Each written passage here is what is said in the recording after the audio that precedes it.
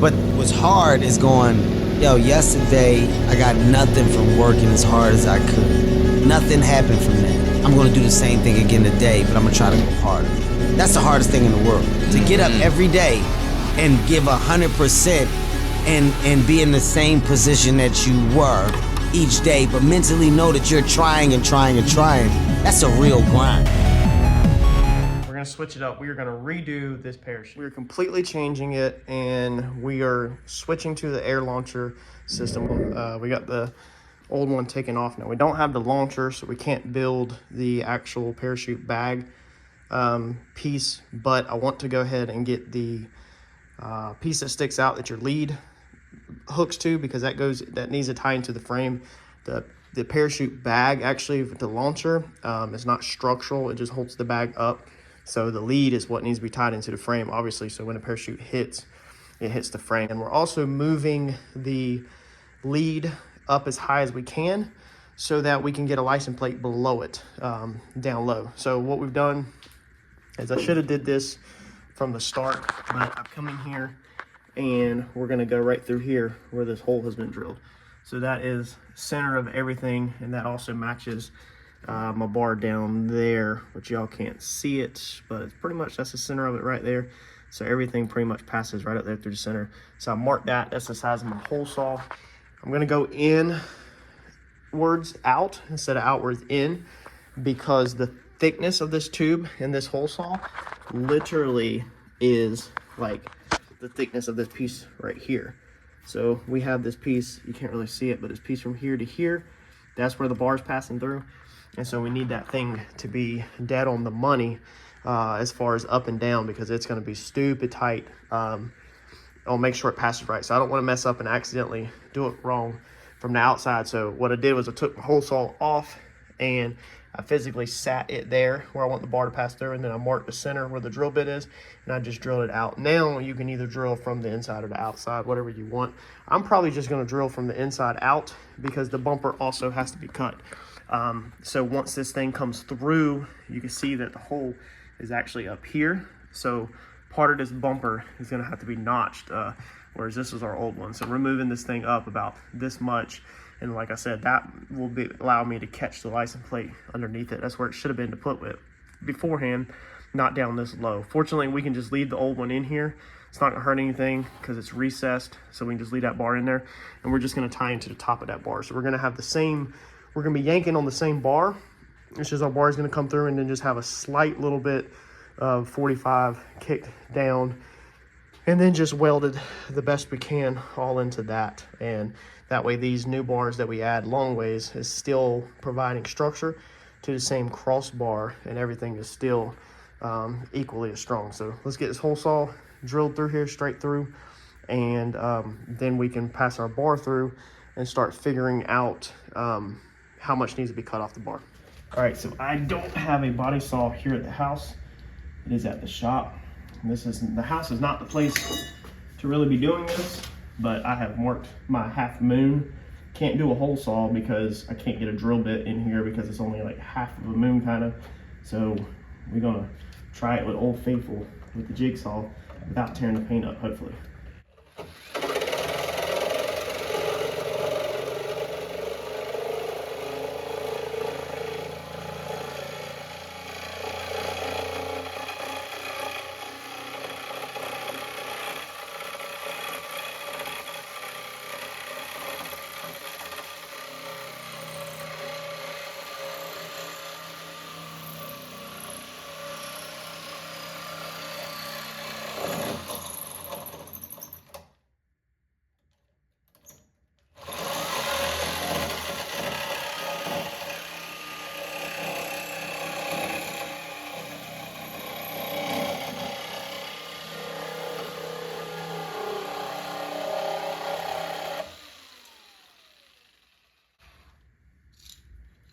And then we can come back and match our radius with a file. So that's basically how we want it. So we're gonna need like practically like a 90 bend in here. And if it kinks, it kinks. It's already kinking, but like, yeah, we gotta have more bend than that. That's not gonna work. All right, and to do this funky crap, I've had to put multiple bends in here. So you can see this thing is bent downwards, it's bent upwards, just because I can't clear everything that I need to clear. The floor is literally right there on the other side. So we're sitting on the floor unless we cut the floor structure out. And I'm trying to leave all the factory rear tail light panel, like frame rails and everything in, basically. So that's how we are. We're hanging out past where we would like to be. Man, every time this light goes dim, and it starts wigging out the camera. So that's how it's gonna pass through, and it's literally, like I said, laying on the floor, but we are missing that bar by a long shot. I don't know if I wanna put more bend in this thing and just go ahead and kink it. Maybe I will try that, so I can just hit that. I was thinking if not, I would just simply make some braces off of there, but maybe I should just go ahead and kink it. It's not like, it's gonna be such a small area that it's not like you're gonna lose. I mean, you lose strength when you kink a tube, but I mean, this thing is literally getting cut like right down here. So there's not enough leverage. There would never be enough to re-straighten that tube out. So I think we're gonna just go ahead and try to max this thing out in this little Harbor Freight bender as much as we can to get this thing as close as we can. What I am trying to do is, this is my first bend, my center line. You see my dowel on this one. This is larger piping, but this one's cut also.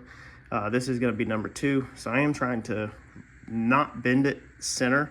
Center point is the exact same place. I'm gonna try to move it down like an inch and make my center of my bend there to just help kind of walk, I don't know, in theory, the radius and the kinks in more of a longer area than just the center in one spot, and just have all of the kink and bend right in one spot. So we're gonna try to press this one out and see, just eyeball it down here, see if we can get this thing at a 90. If this, I need to put angle finder on this really, because this would be half of a 90, 45. So once this hits a 45 angle there, then that should be a 90 in theory. That's close to 0. So we're at 25 basically. So we need to get this thing down to a 45, and then that'd be a 45 on this side, 45 on this side, and make a 90 degree bend. So we got a ways to go. That we got double of what this thing is, if that's even going to do it. And we are not, I don't know if you can see it, we're not flat in the die. Let's see here. You can see we still got gap. So we're not flat in the die. Let's see what this thing will do.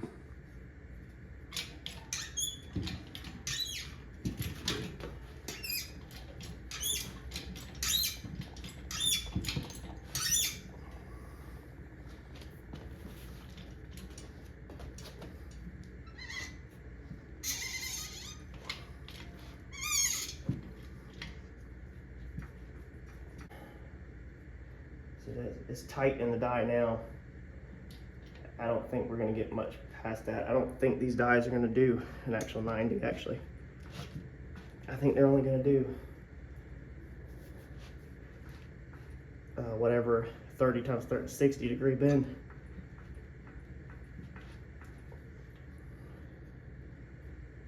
See, they're tight on both sides.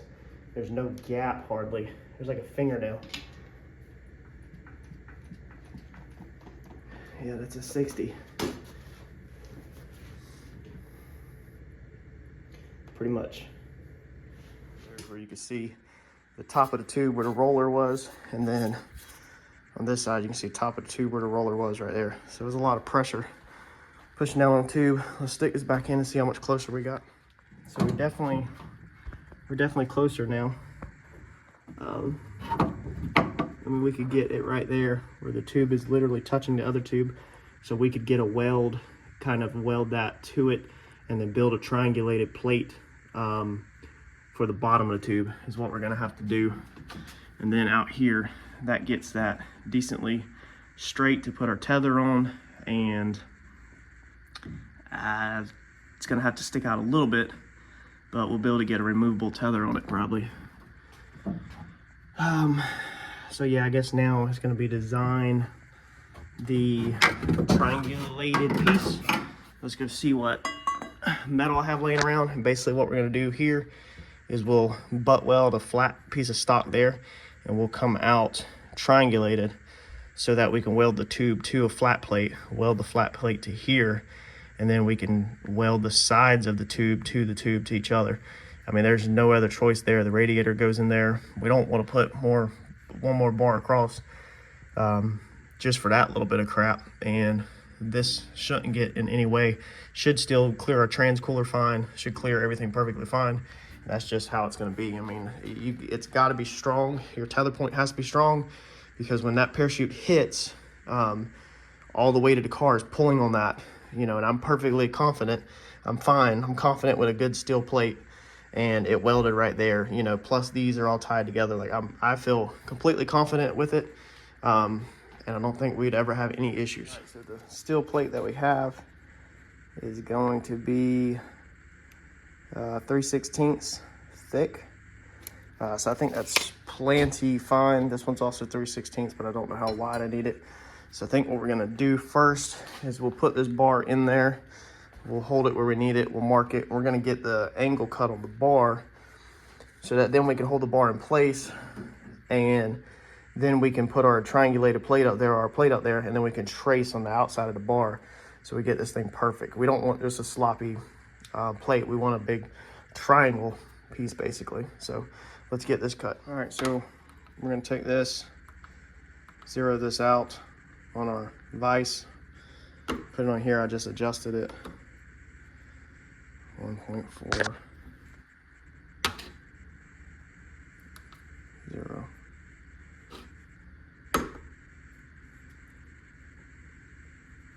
Try to get it to stand up. So 0.48, so that's pretty much the same plane. I'm not gonna mess with that anymore. That way, because I'm freehanding this with a freaking grinder, and then I'm gonna come through here and just try to cut that angle. What I did was when I held my pipe in there, I held a flat plate beside it. I needed 3 hands. I also used my legs to hold this end of the pipe, and then I kind of drew my line. And so now all I gotta do is chop straight through it. If I had a chop saw with a metal blade, this would be freaking perfect, but I don't have all this stuff. So I'm doing everything with hand tools in my garage. So let's get the white freaking stools out the way. Let's make this cut. All right, so we got our light is dead. Oh man, we got our plate tacked in.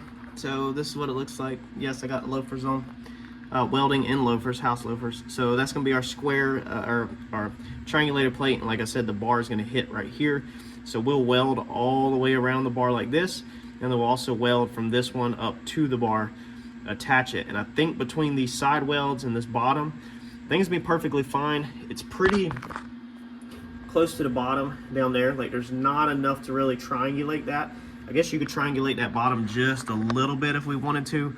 I'll have to look at that whenever I'm done. I just really feel like by the time we weld all the way around this and weld this thing to this tube right here, because it pretty much wraps around this tube, so we'll weld the sides, I really feel like that thing is never going to go anywhere. We went ahead and cleaned that whole bar up. This is our piece.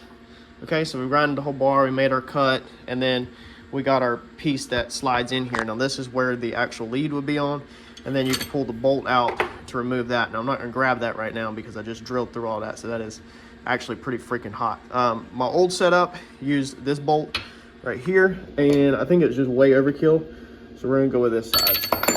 I don't know the measurements on them. Let's see here. There's a tape measure right here though. Somebody's gonna say something. So what is that? Almost a ½ inch. That is 3/8.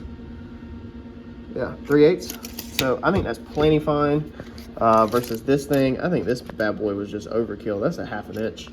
I mean, the shear force that it would take to shear off a 3/8 bolt, I don't know the numbers on it, but I feel pretty safe with my life in the hands of a 3/8 bolts if the brake fails. So we all like to say this: what's the chances of the brake failing? You pull the parachute and then the bolt failing, also double failures.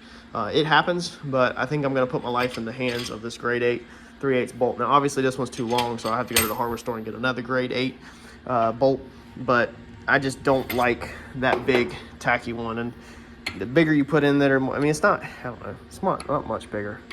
I don't know. I don't want to deal with that big bolt this time, I don't think. Kind of just want that one. I think that's perfectly fine. So we're gonna go ahead and put this bar back in there now that we've done all this on the bench. And then, like I said, we can do our tether will have to be, once this is welding in the car, then we will weld our tether piece on here, because I'll have to use an angle finder to make sure that's level to the ground. Oh, she's a little hot. Let me get that piece out. Also, you gotta remember, the bigger this cut and go in there so deep, because then we get the kink in the tube right here. So if we go bigger, then we lose strength right there where it could just tear through. So you got to consider the shear force of the bolt, what it can hold, and then if you get closer to the edge of this just ripping out, being, you know, I put it back, and I didn't want this bolt too close to the edge either, because then it could rip out this way. Now that could have went a little bit more that way probably, but center to center, they're pretty equal. So I don't know. That piece goes in and out. And what I'm going to do is I will paint it from this black line forward. But inside here, I'm going to actually leave this raw, and I'm going to put it in some old transmission fluid or grease just to coat this metal so that hopefully this won't rust. Maybe even just coat this in anti-seize. That's probably what I'll do. I'll coat this really good in anti-seize, and then that way it doesn't rust itself in there, hopefully ever. Don't want to put paint on there and then this thing gets stuck in there. But if it did get stuck on there, I guess you just tie this to a truck and rip it out. Let's get it in the car.